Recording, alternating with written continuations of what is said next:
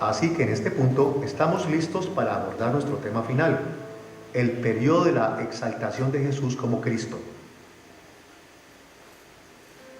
Describiremos la exaltación de Jesús como el periodo de tiempo que se extiende desde su resurrección hasta su regreso al futuro visible. Comenzaremos con un breve resumen de los eventos de esta época y luego veremos algunos de ellos con más detalle. En el primer día de la semana, después de su crucifixión y entierro, Jesús se levantó de los muertos. Durante un periodo de 40 días se apareció a muchos de sus discípulos. Les enseñó acerca del reino de Dios, les explicó su papel en el cumplimiento de las Escrituras y estableció el liderazgo de su iglesia a través de los apóstoles.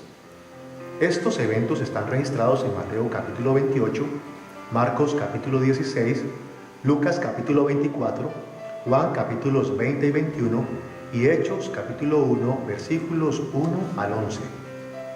Al final de estos 40 días, Jesús bendijo a su pueblo y ascendió visiblemente al cielo, mientras que ángeles lo proclamaron que regresaría de nuevo. Estos hechos están reportados en Lucas capítulo 24, versículos 36 al 53, y Hechos capítulo 1, versículos 1 al 11. Al ascender al cielo, Jesús presentó su muerte a Dios como un sacrificio de expiación de pecados y se sentó a la diestra de Dios.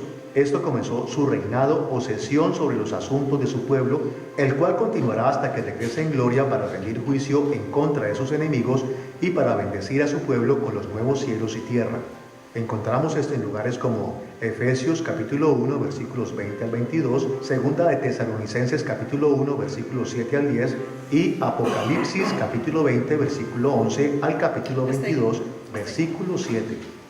Muy bien, esta primera parte que es un resumen histórico, nada más vamos a anotar las citas. Aquí tenemos marcados ya los eventos, ¿verdad?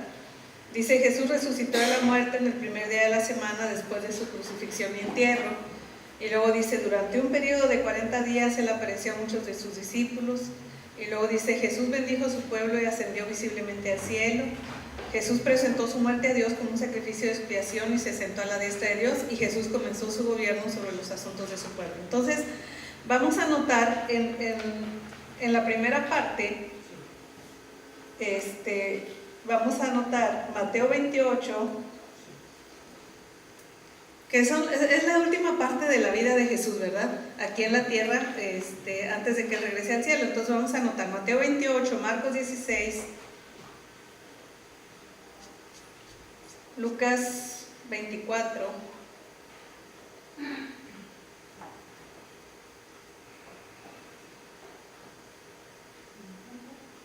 Lucas 24 y Juan 20 y 21.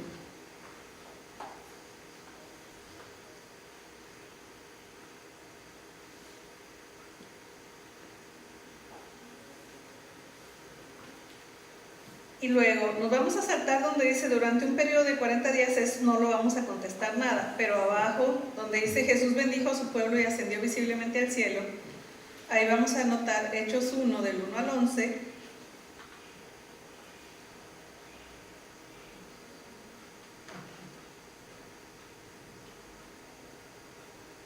y vamos a anotar Lucas 24 del 36 al 53.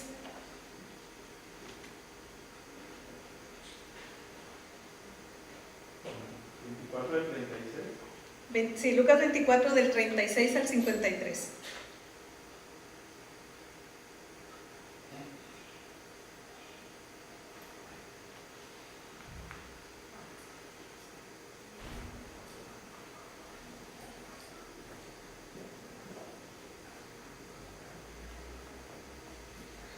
Y luego donde dice Jesús presentó su muerte a Dios como un sacrificio de expiación y se sentó a la diestra de Dios, ahí vamos a anotar Efesios 1, 20 al 22.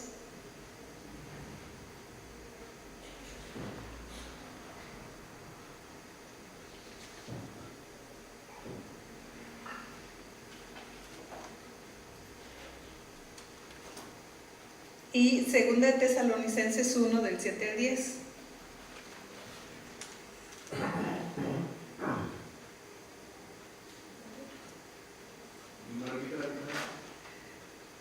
Efesios 1 del 20 al 22 y 2 de Tesalonicenses 1 del 7 al 10. Y a la vuelta, donde dice Jesús comenzó su gobierno sobre los asuntos de su pueblo, vamos a anotar Hechos 1:8.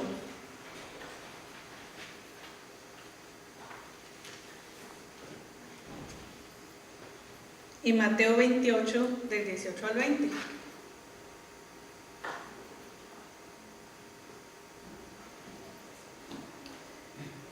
Entonces vamos a leer la cita de Hechos 1, del 1 al 11. Hermano papá de Ana, ¿nos hace favor de leer la cita? Hechos 1, del 1 al 11.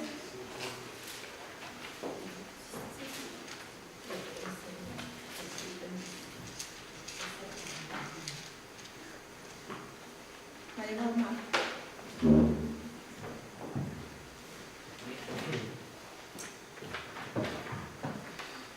Dice la palabra del Señor.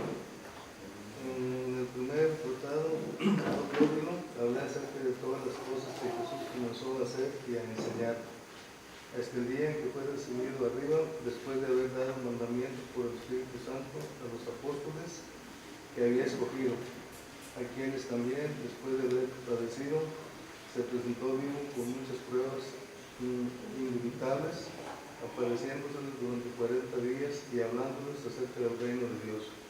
Y estando juntos, les mandó que no se fueran de Jerusalén, sino que esperasen la promesa del Padre, la cual les dijo: oíste de mí. Porque Juan ciertamente bautizó con agua, mas vosotros seréis bautizados con el Espíritu Santo dentro de no muchos días. Entonces los que se habían reunido le preguntaron, diciendo: Señor, ¿restaurarás el reino de Israel en ese tiempo? Y él dijo: no os toca a vosotros saber los tiempos, por las razones que el Padre puso en su sola potestad.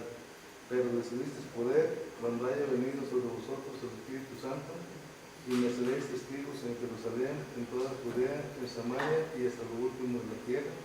Y habiendo dicho estas cosas, viéndolo ellos, fue alzado y recibió una nube que le ocultó de sus ojos. Y estando ellos con los ojos puestos en el cielo, entre tanto que él se iba, he aquí se pusieron junto a ellos dos varones con vestiduras blancas, los cuales también les dijeron: varones galileos, ¿por qué estáis mirando al cielo? Este mismo Jesús que ha sido tomado de vosotros al cielo, así vendrá como le habéis visto ir al cielo. Gracias, hermano. Fíjense, esta parte es un resumen de cuando Jesús resucita y regresa al cielo, ¿verdad? Estos 11 versículos nos ponen el resumen, ¿verdad? Entonces, cuando Jesús se va, antes de irse, deja trabajo a sus discípulos, los comisiona para el trabajo, ¿verdad? Pero también la Biblia nos dice que el Señor se sentó a la diestra de Dios. Entonces vamos a ver las otras citas. Laura, ¿nos ayudas por favor? Efesios 1, 20 al 22. Florinda, 2 Tesalonicenses 1, del 7 al 10. 1 del 7 al 10. Y el otro es Efesios 1, del 20 al 22.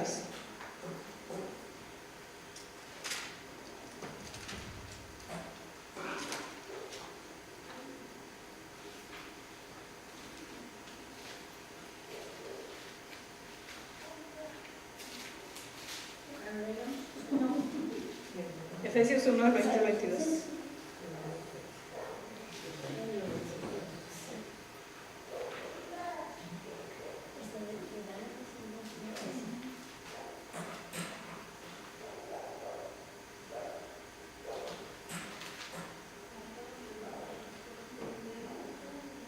Al 22, sí.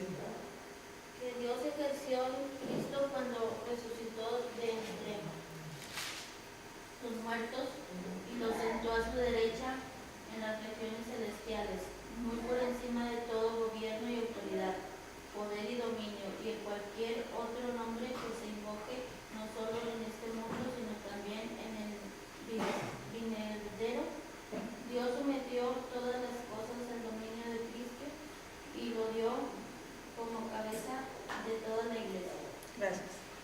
Y 2 Tesalonicenses 1, del 7 al 10. Dice: Y a vosotros que sois atribulados, dad reposo con nosotros cuando se manifiesta el Señor Jesús desde el cielo con los ángeles de su poder, en llama de fuego para dar retribución a los que no conocieron a Dios ni obedecen al Evangelio de nuestro Señor Jesucristo, los cuales sufrirán pena de eterna perdición, excluidos de la presencia del Señor y de la gloria de su poder, cuando venga en aquel día para ser glorificado en sus santos y en ser avistado en todo lo que y ser admirado en todo lo que creyeron, por cuanto nuestro testimonio ha sido creído entre vosotros. Gracias. Entonces, Jesús, según, es que esto luego lo vamos a ver con un poquito más de detalle, pero Jesús cuando regresó al cielo, se sentó a la diestra de Dios. Y sentarse a la diestra, ¿qué significa? Es el lado derecho, ¿verdad? O sea, nuestra mano derecha es la diestra y nuestra mano izquierda es la siniestra, ¿verdad? Tenemos la diestra y la siniestra. Entonces, el hecho de que una persona se siente a la derecha quiere decir que están ocupando el lugar de honor, ¿verdad? Entonces, parte de la exaltación que vamos a ver más adelante del Señor es precisamente porque Dios le concede que se siente a la derecha. ¿Se acuerdan que los discípulos, la mamá de los gemelos le fue a decir a Jesús: oye Señor, cuando vengas en tu reino que mis hijos se sienten uno a la derecha y otro a la izquierda, ¿verdad? Y el Señor nomás, pues no se ríe, ¿verdad? Pero el Señor le dice que eso no es algo que va a decidir Él, ¿verdad? Pero está diciendo uno a la derecha y otro a la izquierda porque está pensando en los lugares de honor, ¿verdad? Y el lugar de honor es el que le corresponde a Cristo, porque Él fue el que hizo el sacrificio por nosotros, ¿verdad? Entonces, vuelta a la hoja. Jesús comenzó su gobierno sobre los asuntos de su pueblo. Entonces, Conchita, por favor, Hechos 1:8 y Mari, Mateo 28 del 18 al 20. Pero recibiréis poder cuando haya venido sobre vosotros el Espíritu Santo y me seréis testigos en Jerusalén, en toda Judea, en Samaria y hasta lo último de la tierra. Sí, gracias. Y la otra cita es Mateo 28 del 18 al 20.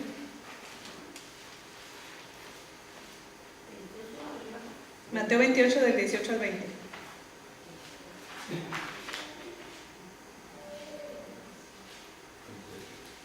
Mateo 28, sí. Porque sabía que por envidia le No, es Mateo 28.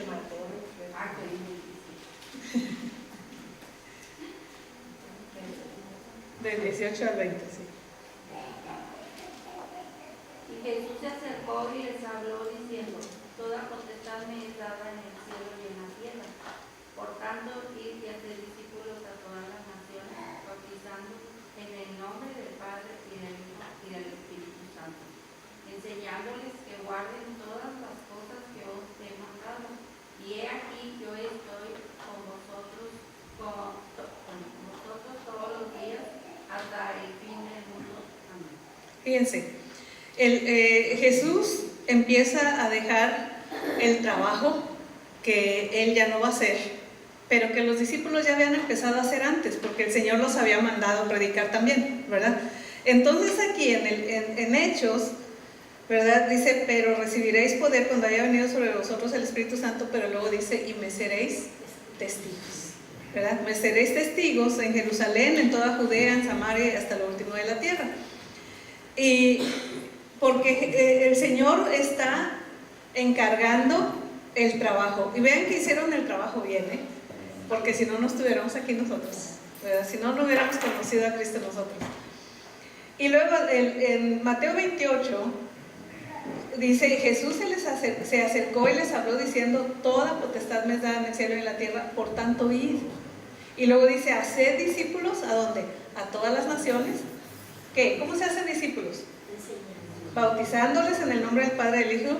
Y luego que dice: enseñándoles que guarden todas las cosas que yo os he mandado, ¿verdad? Todos los discípulos tienen que ser enseñados, ¿verdad? Y lo que Jesús hizo durante esos 3 años con los 12 fue enseñarlos, ¿verdad? Enseñarlos, y después, ¿verdad? Ahorita un poquito más adelante lo vamos a ver, cómo el Espíritu Santo les recuerda cosas, ¿verdad? Porque los discípulos no se quedaron solos, el Señor se quedó a través del Espíritu Santo con ellos. Muy bien, vamos a ver lo que sigue, lo que dice el maestro.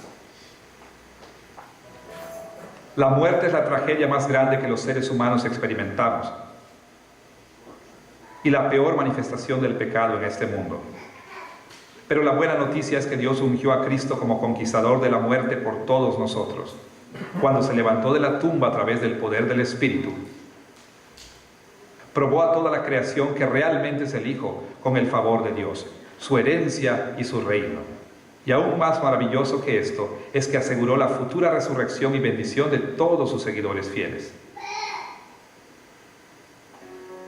Hay demasiados aspectos significativos de la resurrección de Jesús como para mencionarlos todos. Así que enfocaremos nuestra atención en solo dos, comenzando con la manera en que ésta alargó el plan de redención de Dios.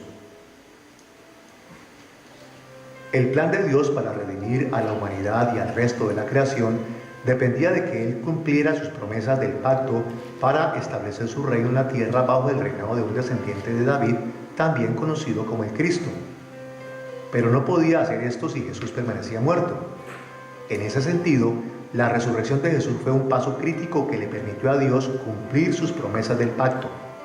Esta es una de las razones por las que el Antiguo y Nuevo Testamento llaman a la resurrección una afirmación del papel de Jesús como Cristo, como vemos en Lucas capítulo 24, versículos 45 y 46, Juan capítulo 2, versículos 17 al 22, Hechos capítulo 17, versículo 3 y Romanos capítulo 1, versículos 1 al 4.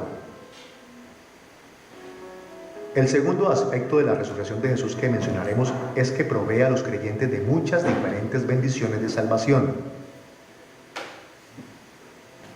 El Nuevo Testamento asocia la resurrección de Jesús con una amplia variedad de bendiciones que recibimos como parte de nuestra salvación, que resulta en nuestra justificación, la cual es el perdón por nuestros pecados en Romanos capítulo 4, versículo 25. Es la fuente de la regeneración de nuestros espíritus y abre la puerta a nuestra herencia eterna en 1 de Pedro capítulo 1, versículos 3 al 5. Produce buenas obras y un verdadero testimonio de Cristo en nuestros cuerpos y vidas, como leemos en 2 de Corintios capítulo 4, versículos 10 al 18. Y es la fuente de la resurrección corporal de los creyentes, en la cual tendremos cuerpos glorificados como el que tiene Jesús, como leemos en Romanos capítulo 6, versículos 4 al 5, y 1 de Corintios capítulo 15, versículos 42 al 53. Aunque los cristianos rara vez pensemos en estos términos, la resurrección de Jesús es esencial para muchas de las bendiciones de salvación que ya disfrutamos, así como también para las que recibiremos en el futuro. La resurrección de Jesucristo es el punto central del Nuevo Testamento, del cual fluyen muchas bendiciones. La resurrección nos enseña quién es Jesús. Es una reivindicación como el Mesías, el Señor y el Hijo de Dios. Así que nos enseña grandes cosas acerca de Jesús y hay gran bendición en ello. El punto clave para los cristianos es que Jesucristo está vivo hoy. Se ha levantado de los muertos. Es alguien a quien de hecho podemos conocer y con quien podemos reunirnos ahora. Significa que el poder de Jesús, de la resurrección, está disponible para nosotros. Y creemos que mediante el Espíritu Santo, esta nueva vida viene a residir en nosotros. Esto significa que vivir como cristianos no es tratar de seguir a Jesús con nuestra propia fuerza. Significa que tenemos el poder de la resurrección dentro de nosotros. La resurrección nos da increíble esperanza para el futuro y es el patrón de lo que nos sucede cuando morimos. Y vemos en la resurrección de Jesús la promesa de que la muerte no es el final. Después viene la nueva vida, la resurrección, la vida corporal. Y eso, por supuesto, ha dado una esperanza increíble a nosotros enfrentar la muerte humana. Es la confianza en que Jesús nos llevará a través de la muerte a la vida. Y quisiera decir una cosa más, que la resurrección es también una promesa de Dios para renovar su creación. El cuerpo de Jesús es un cuerpo físico y no aparece solo como un ser espiritual. Él tiene un cuerpo físico. Esa es una señal de que Dios toma la materia humana y la va a redimir y renovar. La creación no es mala, es algo que va a ser renovado. En Romanos 8, cuando Pablo dice que toda la creación será renovada, es la resurrección la que nos da esa idea y esa confianza. Muy bien, entonces, vamos a ver ahí donde dice resurrección en la página 42, donde habla del plan de redención. ¿Por qué era importante que Cristo estuviera vivo?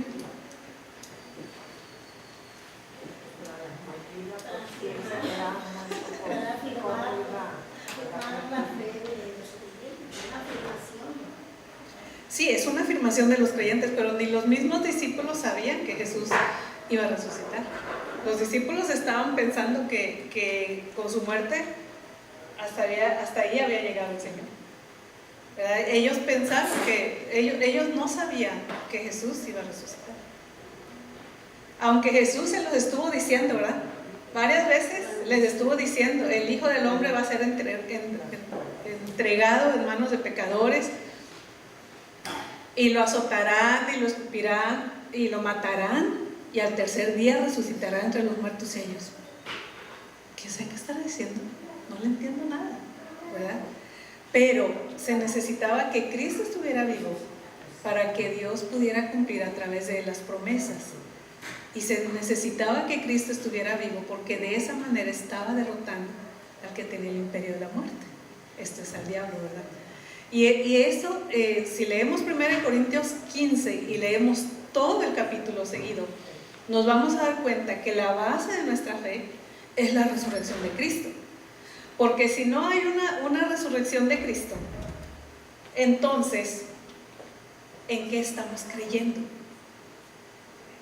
Si Cristo no está resucitado, si Cristo no resucitó, entonces ¿nosotros en qué creemos? Porque entonces sería como cualquiera de los grandes hombres que ha existido, y que la gente va y los venera a sus tumbas. Pero entonces el Señor, ¿cómo nos va a ofrecer vida eterna si Él no pudo vencer a la muerte? ¿Verdad? Entonces, el que Jesús haya vencido a la muerte, a nosotros nos da la esperanza de vida, ¿verdad? Entonces, por eso el Señor dice, porque yo vivo, vosotros también viviréis, ¿verdad? Entonces, la importancia de la resurrección es la base de nuestra fe. Nosotros tenemos que estar convencidos y creer que Jesús no nada más murió, sino que también resucitó, porque entonces venció la muerte con poder, ¿verdad? Entonces, dice aquí la primera parte, la redención dependió de que Dios cumpliera sus promesas del pacto para establecer su reino en la tierra. Entonces vamos a anotarle ahí, y solo podía lograrse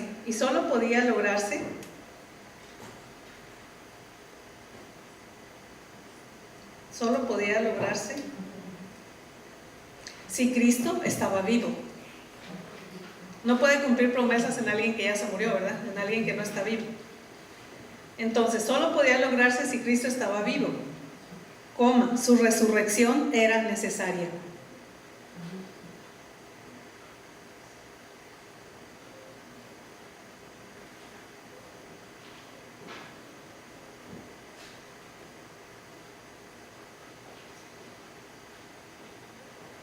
Entonces vamos a anotar las citas, Lucas 24, 45 y 46.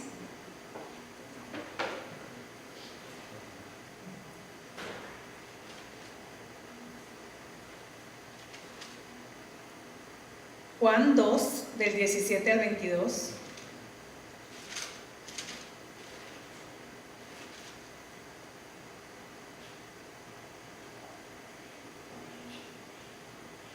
Juan 2 del 17 al 22, Hechos 17, 3,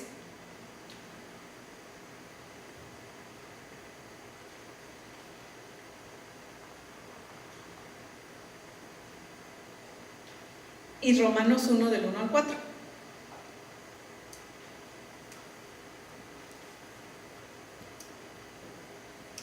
Entonces vamos a leer las citas, por favor, Norma. Lucas 24, Enrique, Juan 2 del 17 al 22, Lucero, Hechos 17, 3, y hermano Everardo, Romanos 1 del 1 al 4. Lucas 24, dice: entonces les abrió el entendimiento para que comprendiesen las Escrituras y les dijo: así está escrito, y así fue necesario que el Cristo padeciese y resucitase de los muertos al tercer día. Gracias. Fíjense lo que dice aquí el Señor. Dice, así está escrito y así fue necesario que el Cristo padeciese y resucitase de los muertos. Era necesario. Cristo no se podía quedar en la tumba, porque si Cristo se queda en la tumba, no recibimos las promesas. Enrique. 17, 22. Sí. Entonces se acordaron los discípulos que está escrito: el celo de tu casa me consume. Y los judíos respondieron y le dijeron: ¿qué señal nos muestras ya que haces esto? Respondió Jesús y les dijo: destruid este templo y en 3 días lo levantaré. Dijeron luego los judíos: en 46 años fue dedicado este templo, y tú en 3 días lo levantarás. Mas él hablaba del templo de su cuerpo. Por tanto, cuando resucitó entre los muertos, sus discípulos se acordaron que había dicho esto y creyeron la Escritura y la palabra que Jesús había dicho. Es padre esto, ¿verdad?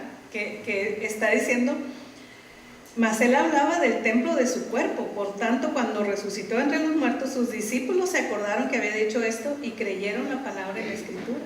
¿Verdad? La resurrección también fue necesaria para que los discípulos creyeran. Hechos 17:3.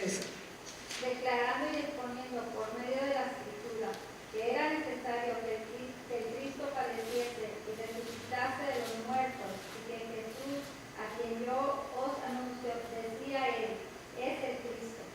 Y entonces otra vez habla de la necesidad, ¿verdad? Que era necesario que el Cristo padeciese y resucitase de los muertos. Entonces tenemos que darnos cuenta que hay una necesidad, pero la necesidad es para nosotros, ¿verdad? Pero también es parte de la voluntad de Dios que Él resucitara, porque eso era lo que nos iba a dar vida eterna a nosotros. Hermano Gerardo, Romanos 1. Romanos 1. Pablo, siervo de Jesucristo, llamado a ser apóstol, apartado para el Evangelio de Dios, que Él había prometido antes por sus profetas en las Santas Escrituras, acerca de su Hijo, nuestro Señor Jesucristo, que era el linaje de David según la carne, que fue declarado Hijo de Dios con poder según el Espíritu Santo, el Espíritu de Santidad, por la resurrección de entre los muertos. Gracias.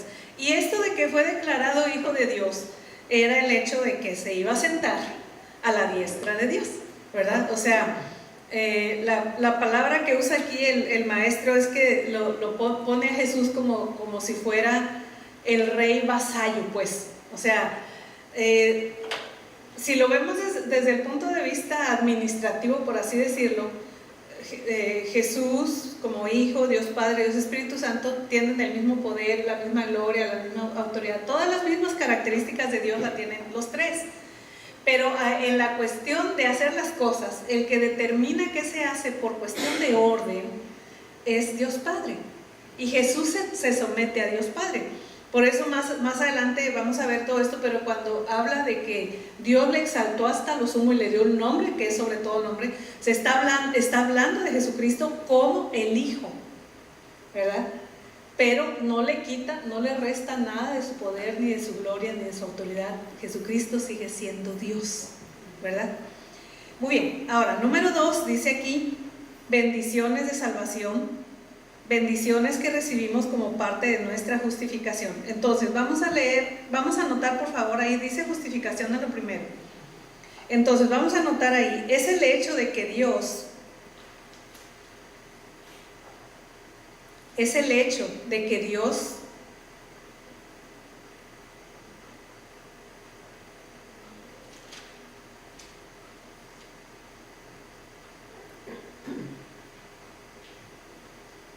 nos declara justos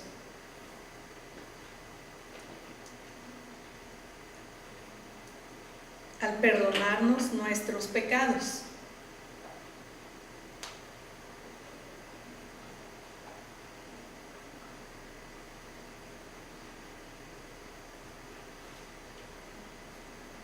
Romanos 4:25. Es el hecho de que Dios nos declara justos al perdonarnos nuestros pecados. Romanos 4:25. Benji, ¿puedes leer Romanos 4:25?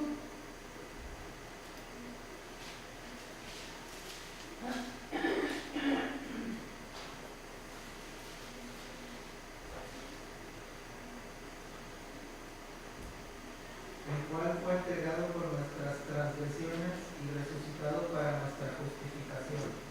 Fíjense, este concepto de la justificación es un concepto muy importante. Es muy importante porque nos da a nosotros seguridad y nos da paz, ¿verdad? Nosotros mismos no somos justos. Nuestra naturaleza no es de que somos justos nosotros. Nuestra naturaleza es de pecado, ¿verdad? Y dice la Escritura que desde la coronilla hasta la planta del pie no hay en nosotros nada bueno, ¿verdad? Pero lo que hizo Cristo en la cruz, ¿verdad? Que vimos la semana pasada, cómo hay un intercambio, ¿verdad? Que recibimos nosotros la justicia de Cristo, ¿verdad? Mientras Él lleva nuestros pecados, nosotros somos justificados. Entonces, la justificación no tiene que ver con algo que nosotros hicimos. La justificación tiene que ver con lo que Él hizo. Pero la justificación también es parte del resultado de la resurrección de Cristo, como acabamos de leer ahorita. Dice, el cual fue entregado por nuestras transgresiones, que dice, resucitado para nuestra justificación, porque la paga del pecado es muerte. Y el que llevó la muerte, ¿quién fue? Fue Él. Pero el que venció la muerte, ¿quién fue? Fue Él, ¿verdad? Y al vencer la muerte, nos quita el castigo de la muerte, ¿verdad? Nos quita el castigo de la muerte eterna. Entonces, entender el término de la justificación no quiere decir que nosotros ya no pecamos. Al contrario, seguimos pecando. Esa es nuestra naturaleza. Pero ¿cómo nos ve Dios? Nos ve justificados porque ya nos puso la justicia de Cristo. Y nuestros pecados, Jesús los llevó a la cruz, ¿verdad? Pero entonces el hecho de que nosotros entendamos esto, a nosotros nos da paz. No quiere decir que voy a pecar y voy a hacer, como dice más adelante en Romanos, ¿verdad? Perseveraremos en el pecado para que la gracia abunde. No, porque dice que donde abundó el pecado, sobreabundó la gracia. Pero ¿qué hace la gracia? ¿Qué hace la gracia cuando nosotros estamos pecando? ¿Qué hace? Porque el Espíritu Santo viene y te está redarguyendo.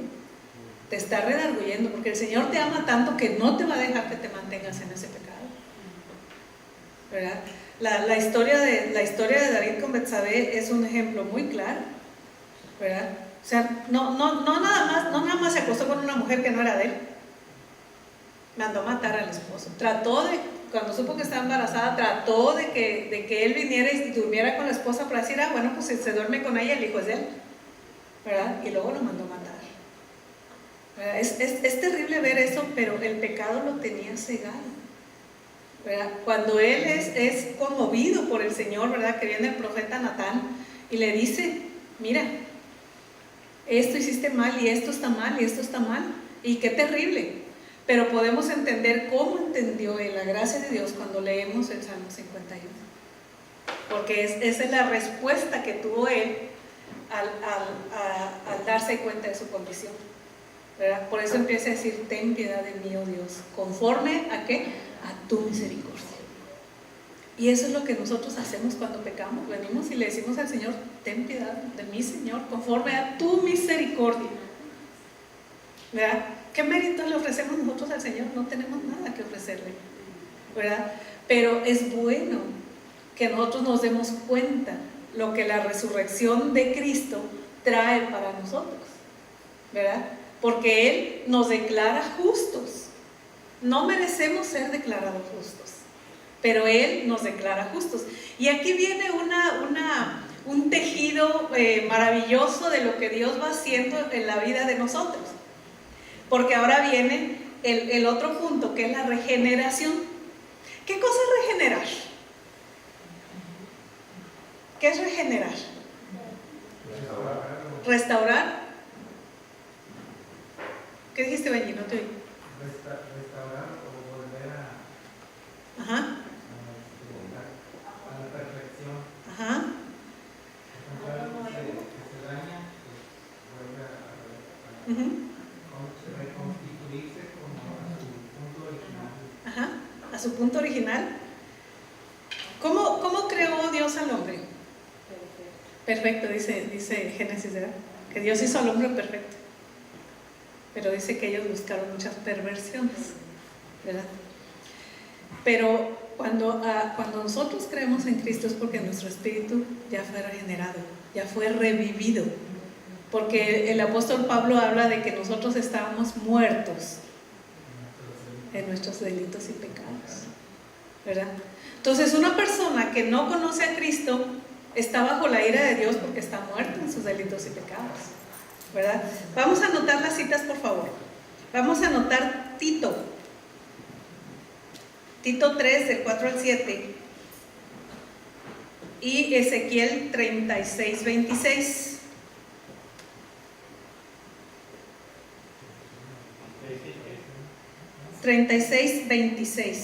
Tito 3, del 4 al 7 y Ezequiel 36, 26. Dalinda, ¿nos puedes hacer favor de leer Tito? Ahorita vamos a anotar lo demás, ¿eh? Es Tito 3, del 4 al 7.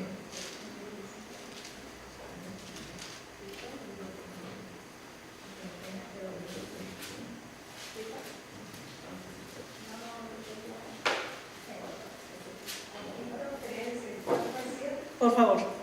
Pero cuando se manifestó la bondad de Dios nuestro Salvador y su amor para con los hombres, nos salvó, no por obras de justicia que nosotros hubiéramos hecho, sino por su misericordia, por el lavamiento de la regeneración y por la renovación en el Espíritu Santo, el cual derramó en nosotros abundantemente por Jesucristo nuestro Salvador.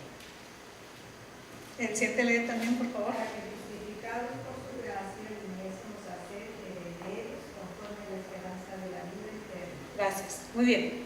Vamos a leer Ezequiel 36, 26, por favor, Ceci. Vamos a ver Ezequiel 36, 26. Aquí ya lo hallé. Dice: os daré corazón nuevo y pondré espíritu nuevo dentro de vosotros, y quitaré de vuestra carne el corazón de piedra y os daré un corazón de carne. ¿Qué quiere decir esto? Está bien padre, ¿eh? Que nos va a dar vida, porque un corazón de piedra no tiene vida, pero cuando habla de un corazón de carne, está hablando de un corazón que está vivo, ¿verdad? Entonces, aquí cuando estamos hablando de esto, ¿verdad? ¿Qué sucede con las personas cuando llegamos a Cristo? ¿Qué pasa con nuestra mente? ¿Qué pasa con nuestro corazón? Hace muchos años me tocó ir en un vuelo en Estados Unidos, que iba yo a ver a Coque, y se sentó junto a mí un señor que era mormón. Y yo le empecé a platicar con él. Era un señor ya grande, yo creo como unos 70, 80 años, ya se veía grande y todo. Y él me empezó a decir que él era mormón. Y le dije yo que en qué creía. Y entonces él me dijo que él creía que podía obtener muchas cosas de Dios y hacía cosas buenas. Y le dije yo: ¿y el día que se muera? Dijo: no, pues no sé. Y entonces yo le dije: pues el Evangelio de Jesucristo tiene esperanza para vivir, pero esperanza también para morir. Entonces, si el avión se cae, yo sí sé a dónde voy a ir. Y él se quedó muy serio. Le dije: ¿usted no sabe a dónde va a ir? Yo le puedo decir a dónde va a ir si usted no conoce a Cristo. Y se quedó muy serio. Y le dije: porque necesitamos creer que Jesús murió y resucitó por nosotros y hace un cambio en nuestra vida. No es algo que hacemos nosotros, es algo que Él hace. Entonces, una persona que reconoce a Cristo es la persona que ha sido regenerada, porque nadie puede venir a Cristo si Dios no lo trae. ¿Y cómo le respondemos al Señor? ¿Cómo le decimos: sí, Señor, quiero ir contigo, quiero vivir para ti? ¿Cómo? hasta que Él nos toca, hasta que Él nos encuentra en el camino. No es algo que nosotros hacemos. ¿Qué hacemos? Respondemos a la gracia de Dios, ¿verdad? ¿Por qué? Porque Él ya nos regeneró. Él ya puso un corazón de carne, vivificó nuestro espíritu, o sea, le dio vida a nuestro espíritu, que era algo que no teníamos nosotros. Por eso lo dice Pablo, que estábamos ¿qué? Muertos. En verdad estábamos muertos en nuestros delitos y pecados. ¿Y a dónde va el que no tiene a Cristo, que está muerto en sus delitos y pecados? Vaya al infierno. Es terrible eso. Y ver la gracia de Dios para nosotros, cómo nos viste con vestidura de justicia, cómo nos regenera, cómo cambia nuestro corazón, ¿verdad? Y a lo mejor nosotros podemos estar de tercos, pecando, pero va a llegar un momento en que el Señor te va a sacar de allí, ¿verdad? Porque el Espíritu Santo no te va a dejar que estés haciendo lo que se te da tu gana, ¿verdad? Porque nosotros tenemos un Dios a quien servimos, que nos ama tanto, que no nos va a dejar en ese lugar. A lo mejor en un tiempo nos va a dejar que hagamos lo que se nos dé la gana, porque nosotros siempre sabemos más que Él, ¿verdad? Y siempre le estamos diciendo, ay, Señor esto, Señor lo otro, Señor dame aquí, o llévame allá, o ponme lo otro, no sé qué. Y el Señor, ¿de veras quieres que te dé eso? Porque nuestra cabeza no da para más. Nuestra cabecita es así. Y la sabiduría del Señor es inmensa. No entendemos, ¿verdad? Pero el Señor te va a traer en algún momento, nos hace volver en sí como al hijo pródigo, ¿verdad? Entonces vamos a anotar ahí después de las citas, es el cambio en la manera de pensar,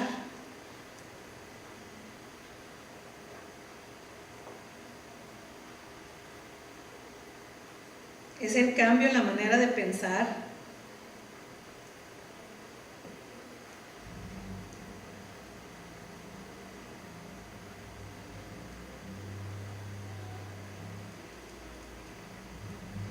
de creer y de actuar,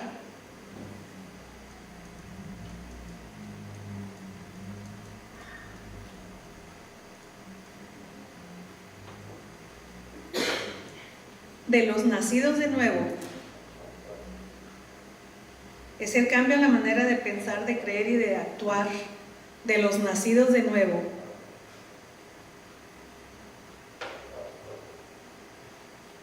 Porque su espíritu ha sido vivificado.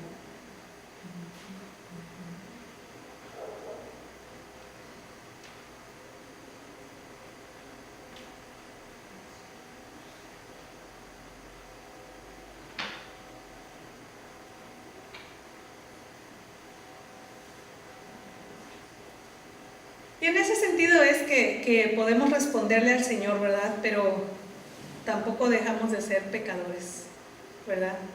Pero el Espíritu Santo va adiestrando nuestros sentidos, dice la Escritura, en el entendimiento, en el discernimiento del bien y del mal. Benny. Hace tiempo parece que uno sabe la definición que es un cristiano, ¿no? Y uno dice, bueno, pues alguien que cree en Cristo. Pero a mí me llamó mucho la atención que encontré, es alguien que por la gracia reconoce que está en bancarrota espiritual. O sea, no podemos, esto que comentas de un corazón de piedra, inclusive la palabra en inglés, hardcore, se lo atribuyen a lo que es insensible, a hacer cosas fuertes, hasta rock pesado, ¿no? Sí. Y todas las maldades asociadas con un corazón duro, ¿verdad? Duro como la roca. Pero es interesante que, o sea, nosotros no podemos, como decía este señor, yo voy a hacer cosas buenas y voy a recibir bendición. O sea, nada más porque tú deseas, sino que Dios es el que obra y cambia ese corazón, y como resultado de ese cambio, de esa regeneración, es que puede uno hacer las obras que de antemano Dios ha preparado. No es porque me lo voy a ganar, voy a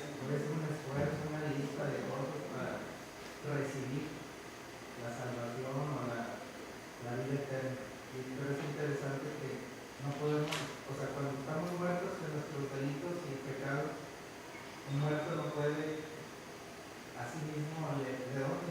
¿Cómo se levanta? No. ¿Qué fuerza puede tener? Ni la conciencia. Ni nada. Entonces es solamente por la gracia de Dios que podemos reconocer, ¿verdad? Porque no es lo que nosotros hacemos, ¿verdad? No es lo que nosotros hacemos, es lo que Él hace, ¿verdad? Es lo que Él hace y lo hace con nosotros, ¿verdad? Y es darnos cuenta que todo es su gracia, todo es su gracia. Entonces, cuando hablamos de la regeneración estamos hablando del cambio, ¿verdad? De cómo el Señor vivifica nuestro espíritu para que nosotros podamos responderle y podamos vivir de acuerdo con lo que Él quiere, o tratar, porque en verdad no podemos. Muy bien, la otra parte dice herencia eternal. Entonces vamos a anotar ahí 1 Pedro 1 del 3 al 5.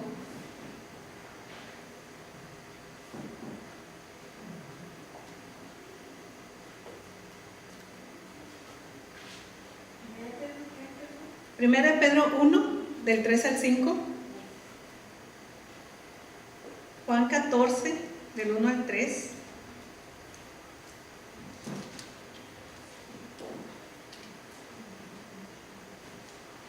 Y 17.3, Juan 14, del 1 al 3 y 17.3. Entonces, hermano, papá de Anita, es que no me acuerdo su nombre, hermano, ¿nos hace favor de leer 1 Pedro 1, del 3 al 5? Dice la palabra: bendito es Dios y Padre de nuestro Señor Jesucristo, que según su grande misericordia nos hizo renacer para una esperanza viva por la resurrección de Jesucristo de los muertos, para una herencia incorruptible, incontaminada e inaccesible, reservada en los cielos para vosotros, que sois guardados por los poderes de Dios mediante la fe, para alcanzar la salvación que está preparada para ser manifestada en el tiempo posterior. Gracias. Muy bien. Fíjense qué padre esto, ¿verdad? Que está preparada para ser manifestada en el tiempo posterior. Ahorita vamos a ver de lo que significa esto. Flori, Juan 14, del 1 al 3 y Conchita en Juan 17, 3. No se turbe vuestro corazón, creéis en Dios, creéis también en mí. En la casa de mi Padre muchas moradas hay, y si así no fuere, yo os lo hubiera dicho. Voy pues a preparar lugar para vosotros, y si me fuere, os prepararé lugar, vendré otra vez, y os tomaré a mí mismo, para que donde yo estoy, vosotros también estéis. Muy bien. Y esta es la vida eterna, que te conozcan a ti, el único Dios verdadero, y a Jesucristo, a quien has enviado. Fíjense, ¿cuándo empezamos a vivir la vida eterna?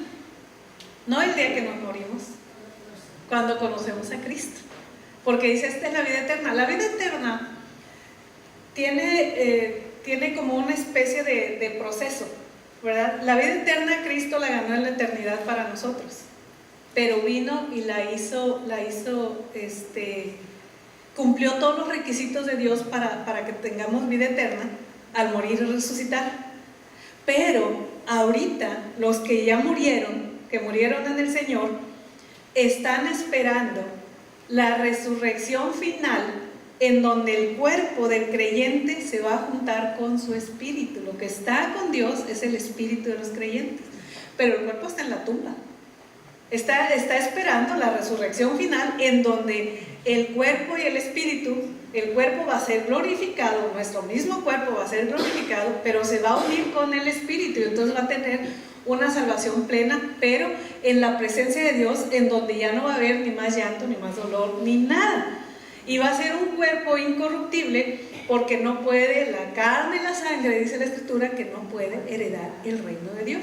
Entonces, la fase final, que es lo que habla Pedro ahorita, que dice la manifestación, esa fase final va a ser cuando Cristo venga, ¿verdad? Cuando Cristo venga, esa es la fase final, porque entonces se completa la obra de redención, la obra de salvación se completa. Entonces, miren, vamos a estar viendo al Señor cara a cara, ¿verdad? Lo vamos a ver cara a cara. Entonces, la otra cosa dice aquí, buenas obras y verdadero testimonio. Ahí no vamos a anotar nada, que ya sabemos que es la vida eterna, ¿verdad? Entonces, abajo dice buenas obras y verdadero testimonio, Efesios 2:10 y Tito 2:14.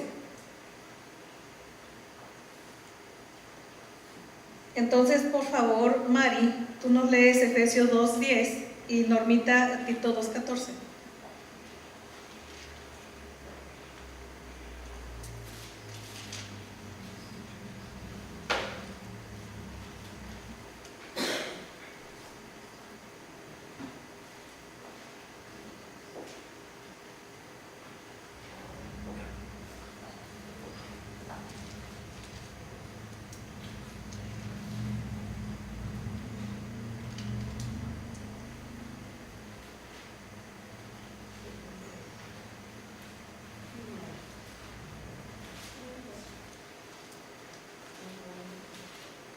Efesios 2:10.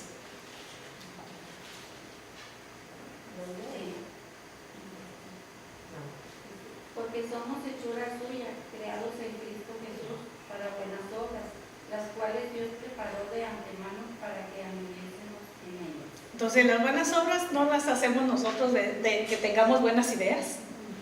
Dios las preparó, dice, de antemano, ¿verdad? Lo que hacemos, Dios lo preparó de antemano. Muy bien, Tito 2:14, Romita. Dice, quien se dio a sí mismo por nosotros para redimirnos de toda iniquidad y purificar para sí un pueblo propio, celoso de buenas obras. Celoso de buenas obras. Un pueblo propio, celoso de buenas obras. Ok, ahí no vamos a anotar nada. Vamos a ver la última parte, resurrección de los creyentes. Vamos a ver, vamos a anotar por favor 2 Corintios 4 del 12 al 14.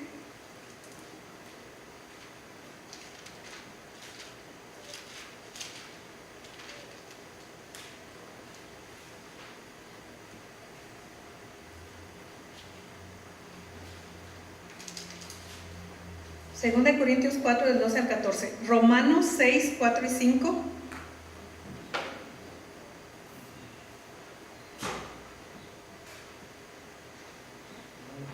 Romanos 6, 4 y 5.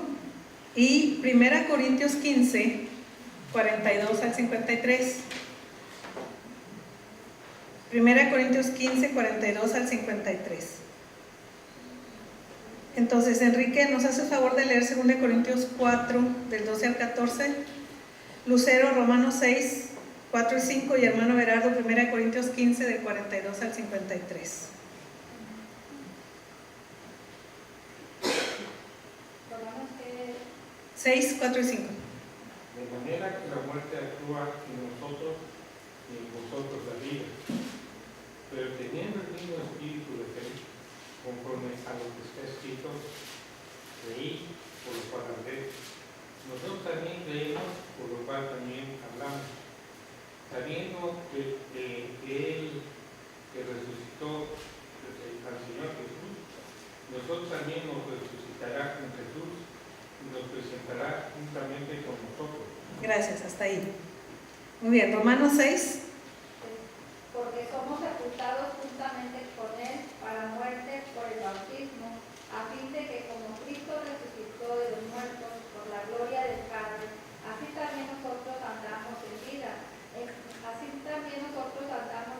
nueva. Porque si fuimos plantados juntamente con Él en la semejanza de su muerte, así también lo seremos en la de su resurrección. Muy bien, 1 Corintios 15, del 42 al 53. Así también es la resurrección de los muertos, que siembra en corrupción, resucitará en incorrupción, que siembra en deshonra, resucitará en gloria, que siembra en debilidad, resucitará en poder, que siembra cuerpo animal, resucitará cuerpo espiritual. Hay cuerpo animal y hay cuerpo espiritual.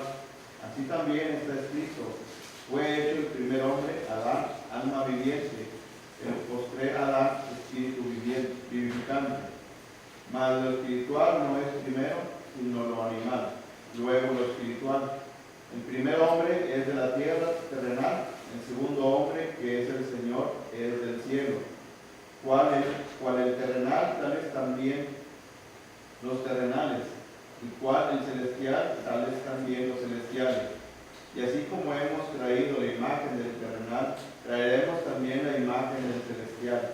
Pero esto digo, hermanos, que la carne y la sangre no puede heredar el reino de Dios, ni la corrupción heredará la incorrupción. He aquí os digo un misterio. No todos dormiremos, pero todos seremos transformados. En un momento, en abrir y cerrar los de ojos, y a la final trompeta, porque se tocará la trompeta y los muertos serán resucitados, incorruptibles, y nosotros seremos transformados. Porque es necesario que esto corruptible se vista de incorrupción y esto mortal se vista de inmortalidad. Ok, gracias. Entonces, era lo que platicábamos ahorita, nuestro cuerpo se va a juntar con nuestro espíritu si morimos antes de que el Señor venga. Muy bien, entonces, vamos a dejar aquí en nuestra clase, tenemos pendientes la pregunta 10 de la página 48 y también tenemos pendiente la pregunta 10 de la página 51. Entonces, eso lo vamos a ver la próxima semana. Ok, ¿algún comentario? ¿Estamos bien? Bueno, entonces vamos a leer nuestra cita de clausura, que dice así: antes bien, crecer en la gracia y el conocimiento de nuestro Señor y Salvador Jesucristo. A Él sea gloria ahora y hasta el día de la eternidad. Amén. Muy bien.